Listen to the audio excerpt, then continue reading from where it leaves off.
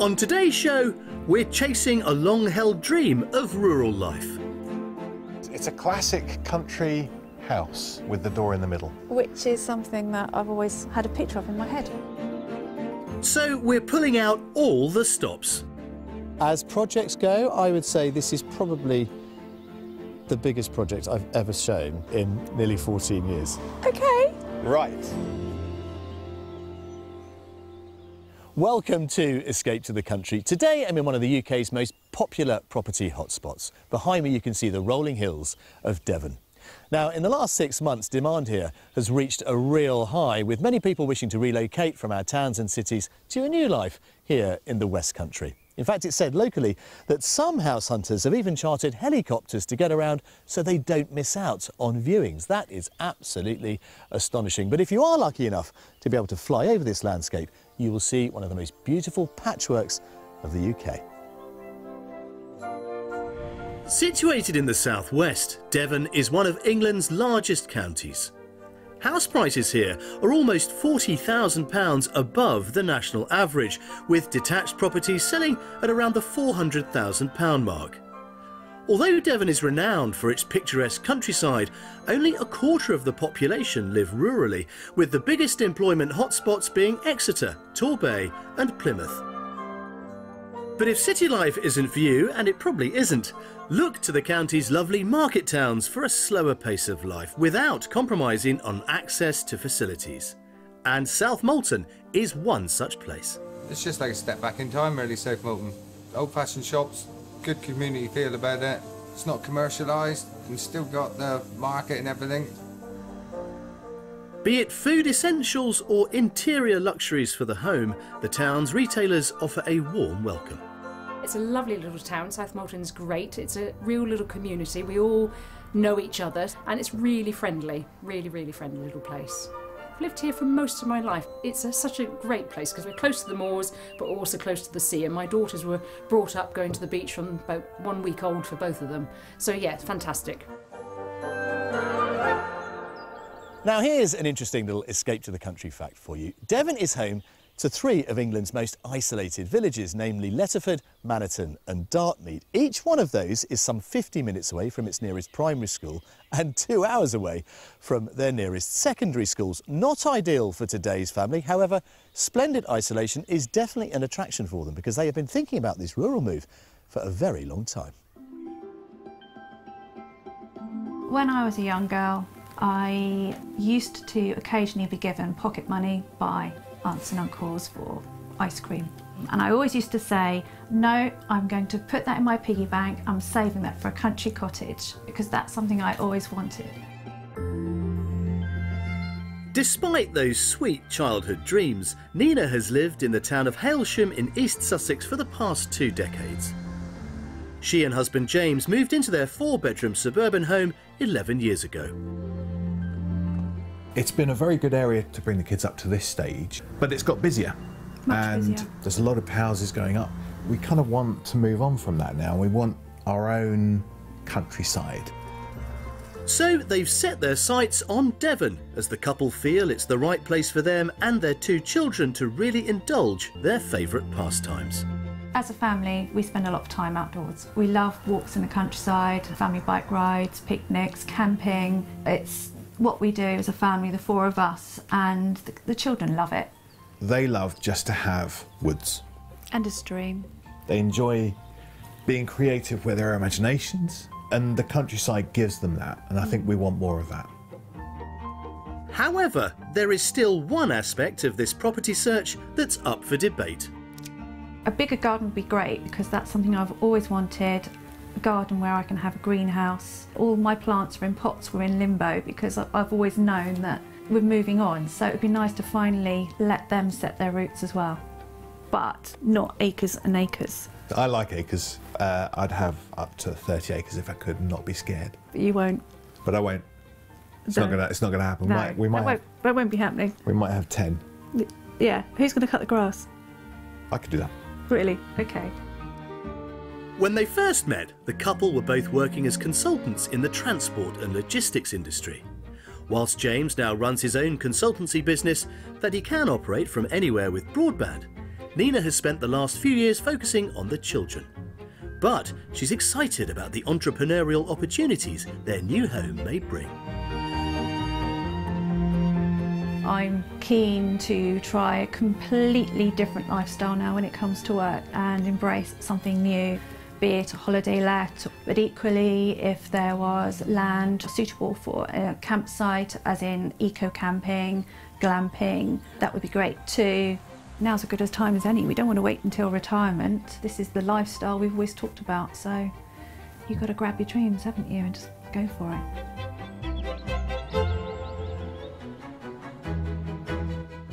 With a maximum budget of £650,000, they're looking for a detached family home in a peaceful and rural setting, preferably in mid-Devon and with no near neighbours. Inside, they want at least 3 bedrooms, and grounds outside should have enough space for both the kids and Nina's green fingers. Ideally, the property will have an existing holiday let or have scope for glamping options.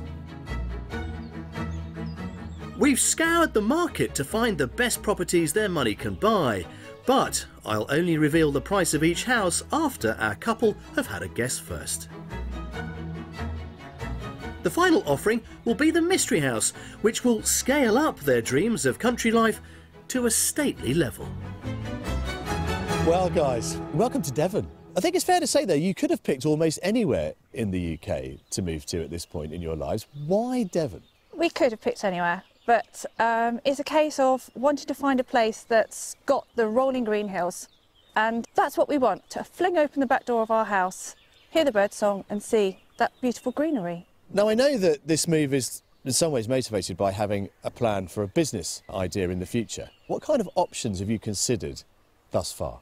We're looking at possibly glamping, holiday lets potentially. Oh, we also want to grow some stuff, so who knows, wildflower, cutting garden. So we've got lots of ideas. Yeah. It depends on the property as to what will work. Excellent. Well, we've got your budget in our pockets. Have you also brought the contents of your piggy bank? I certainly have, yes. Excellent. Let's spend. Come on, follow me. We're beginning our house search in the rural village of Wolfardisworthy. Also known as Woolsery, this is one of the many unusual place names found in this part of the world. The nearest pub lies in the neighbouring village of Black Dog, which is just 2 miles from our first property, making it an ideal destination for a Sunday stroll. OK, well, we thought we'd start with this then. How about that for a little chocolate box number? It certainly is. Oh, that's a corker. Beautiful. Like many properties of this sort of age, it has evolved over time. But what you've got now is a really lovely, rambling property. I mean, all that you see is what you get. That's included there. Absolutely, that's all part of it. Wow. Now, I should point out the thatch, as you can probably tell, is in need of replacement, and it is going to be replaced in the next few weeks, hence the scaffold here. OK. So that's a problem you do not need to worry about. It certainly is very promising. It looks intriguing. Right then, let's see what you think. Come this way. Great.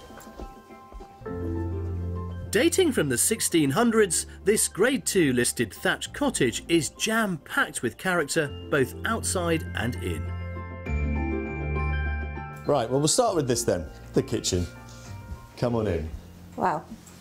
Homely, very homely, warm. It's maybe a bit smaller than I thought it might be for a cottage, but I guess it's a size that you can work with. I've spotted a range. I've never cooked on a range. Well, this is easy. This is electric, so actually there's nothing, you know, to worry about with that one. Oh, it's good that it's electric and not on oil. No, very easy, that. Yeah.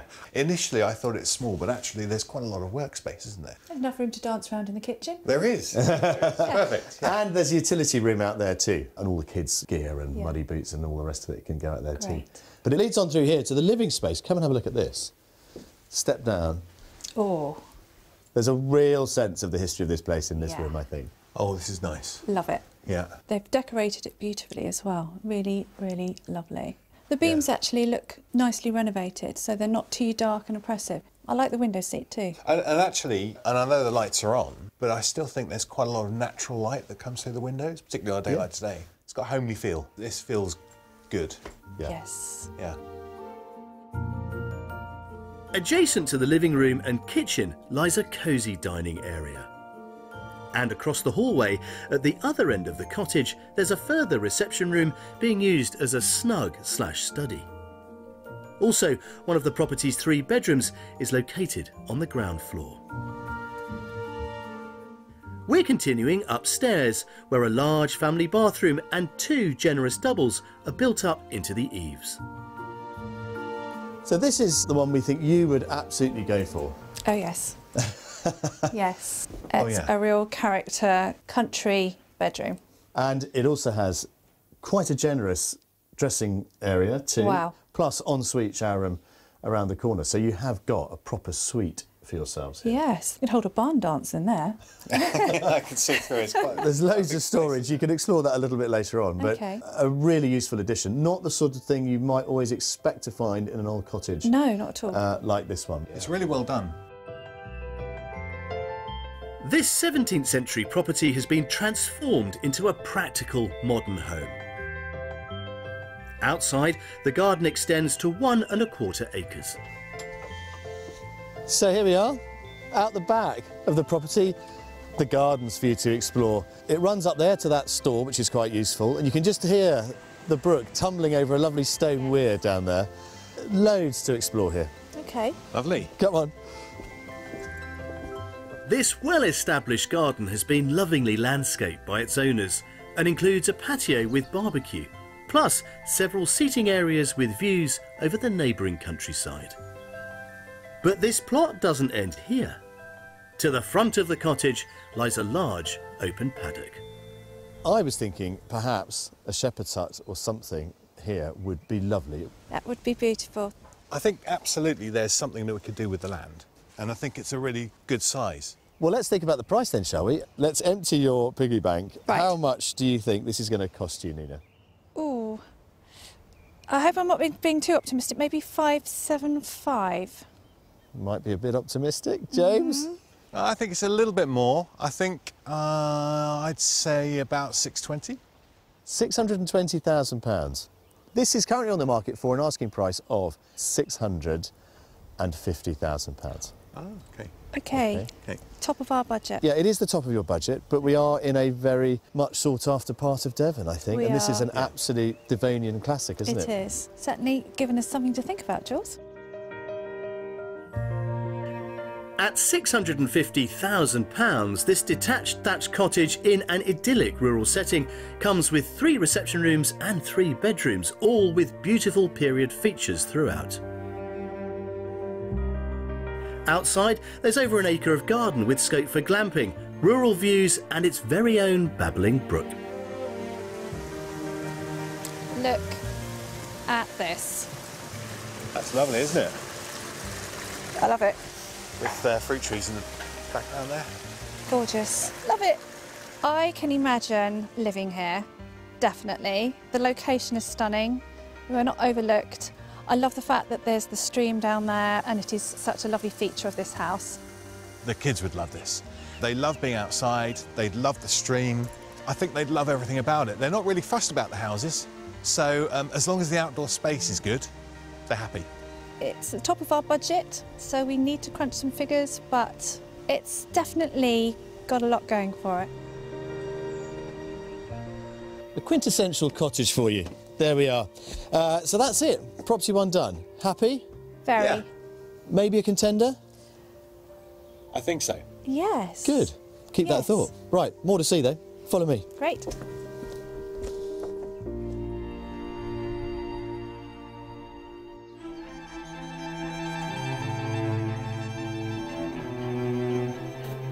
In summer months, gardens up and down the UK buzz with the sound of bees. But with insect populations in decline, sadly that hum may not be so prevalent in the future, which would have a catastrophic impact on our environment and our economy. As a keen gardener, it's in Nina's best interest to find out what she can do to help the bees. So we've sent her and James to meet apiarist George Bella Truss at Quince Honey Farm. So there's been a lot of things in the news recently about bees declining and they're in danger. What's the cause of this? A big problem is habitat loss. We've lost a lot of wildflower areas and areas that they naturally live in, and other things like disease and pesticides do contribute as well to their decline, unfortunately. So why are bees so important? Mainly pollination. They provide a lot of the foods we eat every single day, from fruits, vegetables, even coffee is pollinated by bees, so it's a very important insect. Without bees, British farmers would have to pay around £1.8 billion each year to pollinate their crops. Of course, that in turn would have an enormous effect on food prices. Growing bee-friendly flowers and herbs is a simple way to support our often fragile ecosystem. So how do bees actually make honey? So they're going to go out, they're going to go to the flower, and they're going to go to the nectary, the area of the plant where the nectar is produced, and they're going to put their tongue, or their proboscis, into this nectary. They're going to collect the nectar, they're going to store it in their stomach. Bees have 2 stomachs, and this is where the process of nectar to honey begins. So they're going to dehumidify it, they're going to take as much water as they can out of it, and they're also going to add enzymes to it to break down the sugars, to change the chemical structure of the nectar. And they take it back to the hive, where they basically will regurgitate this nectar into another bee, and they're going to put it to their stomach and add enzymes. And this process goes on until they're basically happy that it's dehumidified enough, and then they start to store it in the cells, and they cap it with a layer of wax when it's ready, and you can see the honey underneath. During the winter, when it's too cold for bees to fly outside, they huddle in their hives for warmth, living off their honey supplies. So how much honey can one bee make? So in a worker bee's lifetime, they can make about 1/8 of a teaspoon. It's quite a small amount, but when you've got 60,000 in the hive, it soon adds up. So honey is an important food supply for the bees. How do we make sure we leave enough for them? On an average year, you can take up to 18 kilograms surplus honey. But this is a year average. If they don't collect a lot, you've got to make sure you leave enough for them to survive the winter. It's really important to make sure you keep your colonies going and make sure it's a sustainable practice, really. So if I want to keep bees in our new home, where do I begin? So one of the best things to do is join your local beekeeping association. They're usually very friendly and very inviting, and they often will let you buddy up. So, you know, they'll show you the workings of the hive and a little bit about them. And other than that, reading is really good. Visiting local bee farms is a good way to learn more about them, really. Looks like I'll be coming back here then. That's fantastic.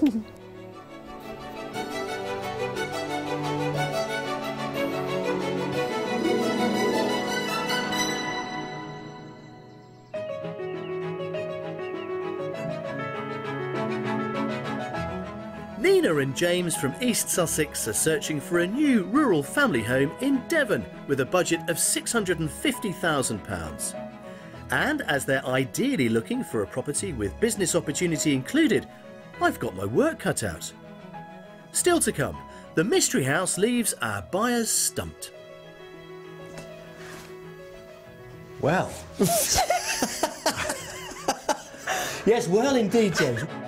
And I flex my woodworking skills to a whole new level. Now you twist it all the way around so the outsides are facing in, and then we'll clamp it. The wood is fighting back. I don't blame it. Well, for our final day of house hunting here in Devon with Nina and with James, we have 2 more property treats for them. We're going to finish off today with a mystery house which is every bit to the manner born, although to be fair, it does require a little bit of imagination. We'll see how we get on with that one. But first, a classic Victorian gem that's every bit a family home. What's more, it shouldn't break the budget. Chebier is the next stop on our house hunting tour of Devon. In the heart of the village lies an 11th century church, a community centre and a pub. Just a 10-minute walk from here is our next property. Right then. What about this? That is really attractive house. It's a classic country house with the door in the middle. Which is something that I've always had a picture of in my head. I'm really glad you've said that, because I think this one really goes to the heart of that sense of a classic traditional family home. Sounds good? Yeah? Yes. Perfect. Right then, let's go and have a look. Lovely. This handsome Victorian property was built in the 1870s for the headmaster of the neighbouring school. Over the last 10 years, it's been sensitively renovated to bring it into the 21st century. Right, come on in, look at this. You've got the original Victorian hallway floor there. Lovely feature. Yeah. And then you've got this huge family space. You've still got the fireplace there. I love the windows over there. They're huge, aren't they? Yeah. It's got a nice feel to it. And then behind us, over the hallway, another reception room. Very elegant, very pretty. So in terms of grown-up space, kiddie space, you can work it out. Yeah. As the children get older, it would be great for them to have a separate space so that they, as teenagers, can have their friends around. So this would work well for that. It feels very much a family space. Well, there is plenty more family space with this one. Come and have a look through here. Great.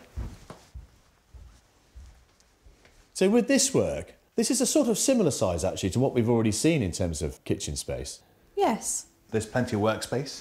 It's a good size. It's probably about the same size as the kitchen we've got at home. In fact, probably bigger. And utility room behind you as well. So Okay. all the kind of business end of washing machines, etc., that's all out there. And again, very handy. It's got a homely feel Yeah. to it. And I think you sort of settle into it quite quickly. Well, talking of settling in, there is one feature I think you're going to love as a family. Oh. Yeah, it's right through here. Built onto the side of the property less than a decade ago, a dramatic garden room provides additional living space. This is lovely. Oh, wow, yeah. Really nicely done. I think you spend a huge amount of time in here. Yes, Yeah. definitely. This is lovely because you feel like the outdoors is in and you're protected from the elements. You haven't got the wind and the rain, but you can enjoy the outdoors all year round. Absolutely. It's a gorgeous room. Love it. Good. Your turn now to go and explore upstairs. Okay. I don't think you'll be disappointed. Oh. And, you know, keep going up, because at the very top of the house, you'll find the master suite. But go via the first floor, see what the kids get, and I will find you a little bit later on. Okay, great. Okay. Thank you. After you. Up on the first floor is a large family bathroom, along with 4 of the property's 5 bedrooms. The smallest one is used for storage, whilst the rest are all similarly sized doubles. Oh, wow, yeah. Flooded with natural light, isn't it? I really like it in here. It's really nice. Yeah, lovely and sunny. Big space. This is like an apartment. Very nice. I'd be happy with that. We've shut ourselves away from the kids, that's it. Yeah. Lovely bit of space for us. It is. It feels like a sanctuary up here, doesn't it? It does. Outside, the private front lawn is edged with mature borders and fruit trees. To the rear lies a kitchen garden with raised beds and a greenhouse. There are a number of options for alfresco dining in the grounds and some useful outbuildings, including a substantial timber garage with a carport. So, what about the master suite then? Wow. That's really something. Yes. We just need a hatch to close on the upstairs so that we won't get disturbed. Good. Let's have a think about the price then. £650,000 you have, Nina. Go on. I am going to say 610. £610,000, yeah, OK. I'm going to say it's probably around the 595. It could be yours for £565,000. Wow. Lost for words, literally. Yeah, did not see that coming. Yeah, It's an interesting proposition. it is. Now you know what it's on the market for, though. Go and explore and enjoy this house. We will. Thank you. I'll see you later. At a welcome £85,000 below budget, this detached Victorian property at the edge of a village presents large and luxurious spaces for a growing family, with 3 receptions and 5 bedrooms. The garden is pleasant and private, with a variety of options for outdoor entertaining. As a family home, it's really, really good. I think the garden is a little bit smaller than we'd hoped for. And I think certainly from your point of view as a gardener. Yeah, my idea of moving to the country is to have more green space. So the house is lovely, but it's not so much about the house for this move, it's more about the outdoor space and the lifestyle outside. I just don't think there's enough space to stretch our legs. No. Right then, you two. Gonna whisk you away. Oh, Because we have one more property to come. excellent. Come on then. Great.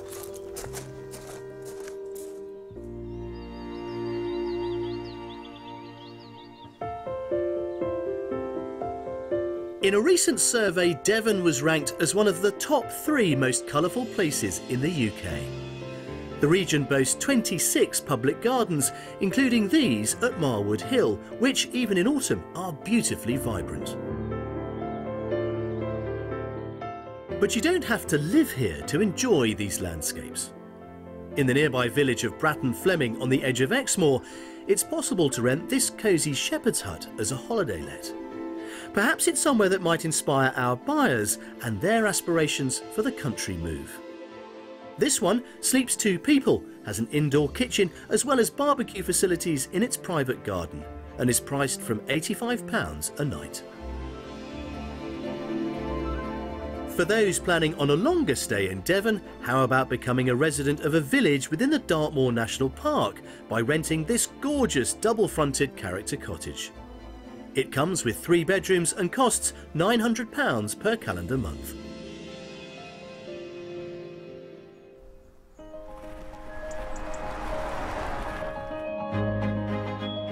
Our final destination is the village of Lamerton, not too far from the Cornish border. It's a delightful location surrounded by glorious countryside with characterful period properties and a local pub. Leaving our couple to explore what's on offer in the area, I'm going on ahead to make my way to our last property. Right then, I'm going to give you a little sneak preview of our mystery house. This is it. Look at that. Pretty bruising, pretty impressive and pretty big. The one thing I haven't really talked to James and Nina about is whether or not they fancy the idea of taking on a project. If they do, this is probably a lifetime's job.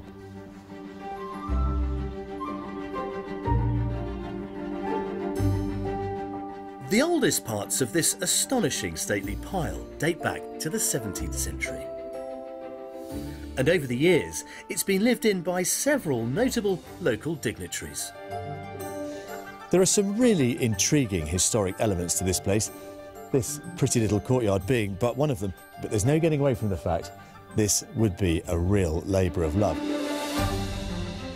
This property is unlike anything we've viewed so far, and I can't wait to hear what Nina and James make of it.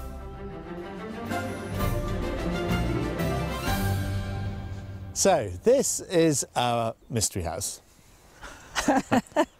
What do you think? I'm speechless. Yeah. Actually. Is it the whole house? Yeah. And there's as much again behind it. Really? Right. So, I was wondering if you were both up for a project. Ah, there's the mystery. Oh, okay. Okay. How much of a project? 9-bedroom project?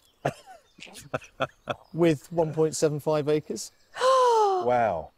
As projects go, I would say this is probably the biggest project I've ever shown on Escape to the Country in nearly 14 years. Okay. Right. Right. I'm good with a paintbrush. Yeah, and I'm good at knocking down walls. Well, those 2 things are a great start. Come and have a look.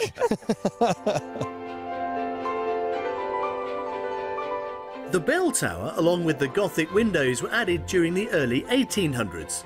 Both are protected by the property's Grade 2 star listing. And as you'd expect, a grand entrance hall leads us into the original part of the building.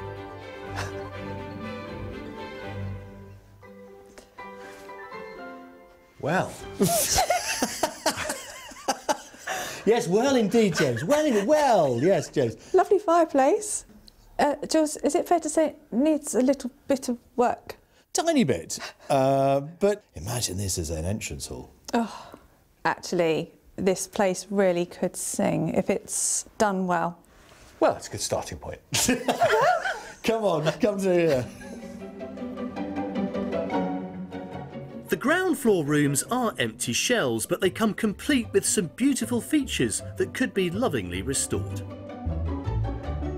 Fanning off from the centre of the property are 3 wings. To the right there are 2 large reception rooms, and to the left 2 smaller spaces ideal for a study and snug. The wing that extends to the rear is currently earmarked as a kitchen and dining area. So this is the right-hand wing of the building as we looked at it from outside. But this wall here, like so many in this building, is just guff. Right. That is my technical term for irrelevant plasterboard walls that can go. Because if you got rid of that, you would open this room up and you would have 2 of those gorgeous, enormous windows filling this room with light. Great. The sky's the limit. It is. I'm not actually thinking of it as a family home though. This building is crying out to be made into a beautiful guest house or boutique hotel. It's too stunning to be used just as a family home. Can we see more? Absolutely. Go on, help yourselves. Lovely, thank you. See if you can get lost. Because I can assure you they undoubtedly will.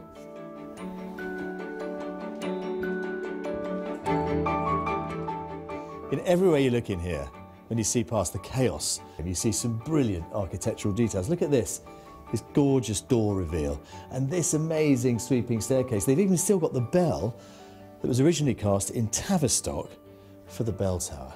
This is a massive undertaking, but it's one that I would be really excited by, and I'm beginning to think that maybe they will too. I know how they're getting on. Taking their time, aren't they? The upstairs is arranged with 9 bedrooms, each with its own loo or ensuite.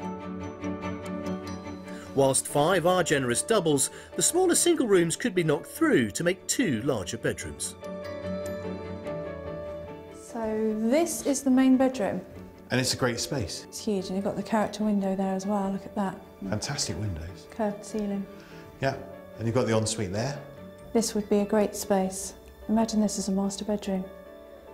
You know, I think this is my favourite part of this building. This is the old service courtyard. This is where all the scullery maids and all of that sort of thing would have gone on servicing this once grand manor house. Is it growing on you? Yes. Not literally. Well, the garden might. Come and have a look at this.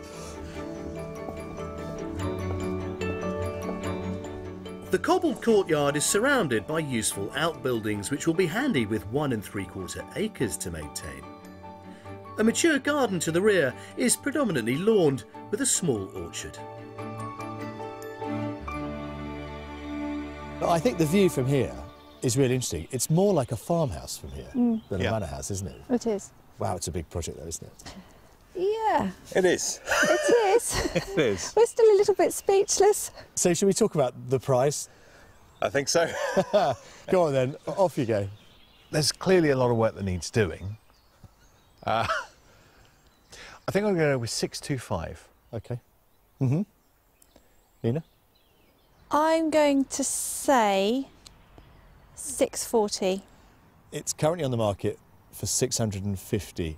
Yeah. That £650,000 that you have clearly needs to be added to transform this. Yeah. It could be done in phases. I don't think it's out of reach necessarily if you were absolutely head over heels in love with this prospect.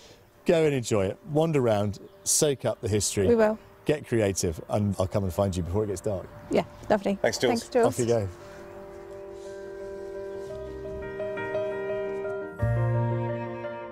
At £650,000, this mystery manor, ripe for renovation, is an incredible proposition with its 4 reception rooms and 9 bedrooms.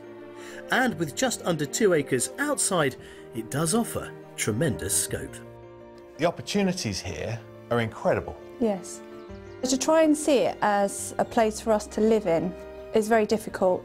And actually, the amount of money that it needs to get to the standard that we'd want it probably means it's sort of out of reach for us. But I can see how it could be a fabulous place. Yeah. Bamboozled? Yes. Broke? Yes, very broke.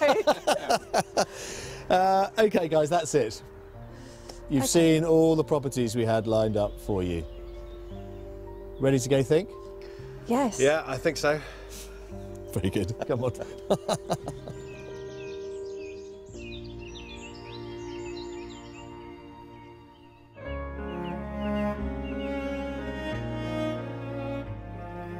For our buyers, their escape is all about the great outdoors. And during my week in Devon, I took time out of our house search to meet artisan John Spain, who works to bring the outside in. He uses wood and steam to create interior design pieces with a contemporary twist. Hello, John. Nice to see you. Hello. This all looks brilliant. I've never really seen anybody bending wood using steam before, but it's clearly an art that you've taken to a new level, really. I wanted something completely off the wall and contemporary, so I thought I've got to do something different, and how much more different can bending wood be? Well, I can't help it any longer. I have to go in there and just see what you're doing, because I do love a workshop. Come on, show me around. Wow, John, this is great. This is absolutely my kind of place. Look at that. You really have tied that in a knot. That's incredible. That's a really good demonstration of just how flexible the wood can be once you've steamed it. It certainly is. It's amazing how far you can actually bend a solid item that originally you don't think is supposed to be bent. Using oak and ash, John creates all sorts of beautiful things, including tables, shelves and even Christmas trees. But today we're trialling a new lampshade design. So the wood's in there. How long has it been in the steamer for? It's been in there for now a couple of hours, just getting up to temperature of 100 degrees C. You've got to get it to 100 degrees. That's roughly where the natural glues of the wood will start melting, and then it allows you to sort of manipulate it to whatever you want to do with it. So did you make these steamers yourself? Yes, they're not something that you can normally buy over the counter, so you just go online, get some ideas and just knock them together. Brilliant. You must have hands of steel. I'm amazed you just pulled it out at 100 degrees. That's like what the pliers are for. That's incredible. Actually, it's not that hot to the touch, is it? I thought it would be scalding, but it's pretty amenable. So I guess we should probably get on with this while it's still got some heat in it. So what do we do? Pick that up together. Yep. And then which one of these? Just use the top one. Pull it around, and then you're just trying to cross your hands over. Oh, OK, to get it round the other. Yeah. So like that. You're just trying to overbend it. Fantastic. Look at that, that's so simple. And if I take that off, oh, the bend is in already? Yep, and then if you take it off... So how do you get it out? Just lay that... Open it up flat. Oh, there we are. Take it out. Oh, look at that. Now you twist it all the way around so the outsides are facing in. So the outsides are facing in? And then we'll clamp it. Like that? Yes. The wood is fighting back, I don't blame it. Oh, look at that. There we are, a very simple twist. It is very simple, because what we're doing is free bending, so we're just bending it, putting a form into it, and then we're sort of manipulating it and then holding it until it goes dry. So how many more of those elements do we need for the shade? We need 4 in total. Right then, OK, I've got the hang of it now. Let's have another go then. As well as this free bending technique, John also uses a variety of jigs and formers to sculpt his creations. But regardless of the method, the wood must be left to cool so it will hold its shape. It's very satisfying, isn't it? And such lovely, graceful shapes. There's a natural symmetry to what you do with this, isn't there? Which I think is lovely. Certainly is. With all 4 elements created, they're ready to be attached to a base. This is great. I just can't wait to see the form of it. There we go. And rather than screws, nails or pins, John prefers to use wooden dowels to secure his pieces. It is nice that there are no metal joints in these, though. I just like the idea of just keeping everything as simple as possible. And I suppose as it continues to sort of dry and cure, it just tightens. It tightens up and goes a lot more solid. Although John has a very contemporary approach to wood bending, this is a traditional technique that's been used for centuries to build boats, lacrosse sticks and even violins. Go on, give it a tap and see. Oh, no, there we go. Right, that's OK. We'll just fit that one back in there. It's holding. Excellent. And there you have. Look at that. A light shade. That is great fun. What do you think of our new creation? It's perfect. It's very original. I think it's perfectly imperfect, probably, but I like it. That's the great thing about this artisan stuff. It's there to be pushed around, pulled, until you like the shapes. Well, it's fun. but it's also hugely inspiring. Well done, mate. Yeah, Okay. it's all right, isn't it?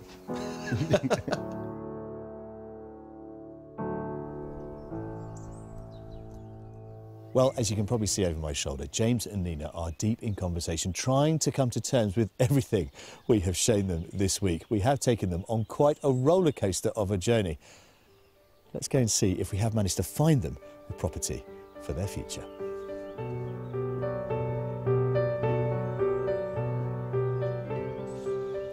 Well, how are we doing? First thing, have you enjoyed the process? Thoroughly enjoyed it, haven't we? Yeah, it's been really, really great experience. Yeah. So of the properties that we showed you, was there an out-and-out favourite? One definitely stands out for me. Yeah? I absolutely fell in love with the first property. Did you know? I did. To begin with, it surprised me actually because it was near a road, which is the one thing we said we didn't want. But as we went round, it started to grow on me, and by the end of it, I'd spent enough time there to realise it was just such a lovely property, and I really did love it. I love that property as well. It felt very homely, Yeah. very comfortable. Yeah. It was us. Yes. But I also love the parcel of land at the front. I think we could probably work with that somehow, couldn't we? Definitely. But we need to, I think, consider it because it's right at the top end of the budget. So if there's anything that we want to perhaps do with the house, we need to give that some thought, I think. Yeah. OK, so possibly a second viewing, maybe?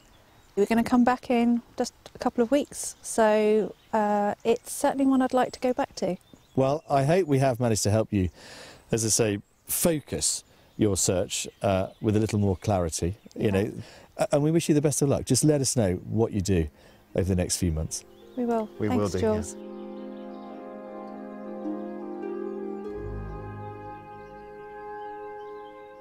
Well, as I said at the beginning of this programme, Devon has long been a hotspot for so many people wishing to escape to the country. The landscape, the property market here never fails to work its magic, and it's done exactly that this week for James and for Nina.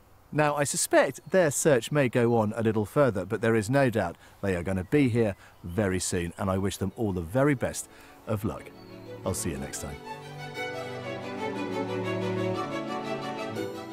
Nina and James did return to our first property, but decided the bedroom layout didn't quite work for their young family. They have now sold up and are preparing to move into a rental property in Devon so they can get to know the area better before they buy. If you would like to escape to the country in England, Wales, Northern Ireland or Scotland and need our help, you can apply online at bbc.co.uk/take part.